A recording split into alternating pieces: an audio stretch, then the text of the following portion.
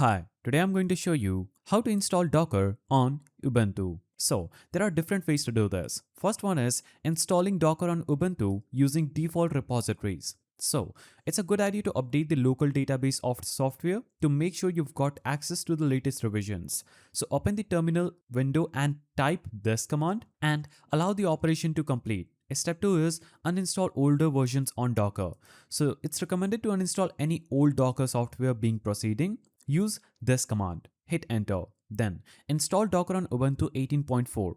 So install Docker on Ubuntu. In the terminal window, enter this command and the Docker service needs to set up run at startup. To do so, type in each command followed by this and hit enter. Now, it will show up these results where to verify the install Docker version number, enter this and hit enter.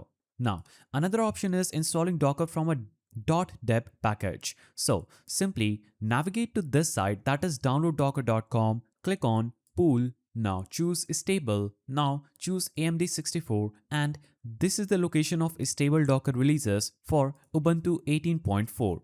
You can click on any one of them and that will instantly get downloaded onto your PC. So simply click on the Docker engine you want to install and the .deb package downloads automatically. Make a note of the path where you saved it.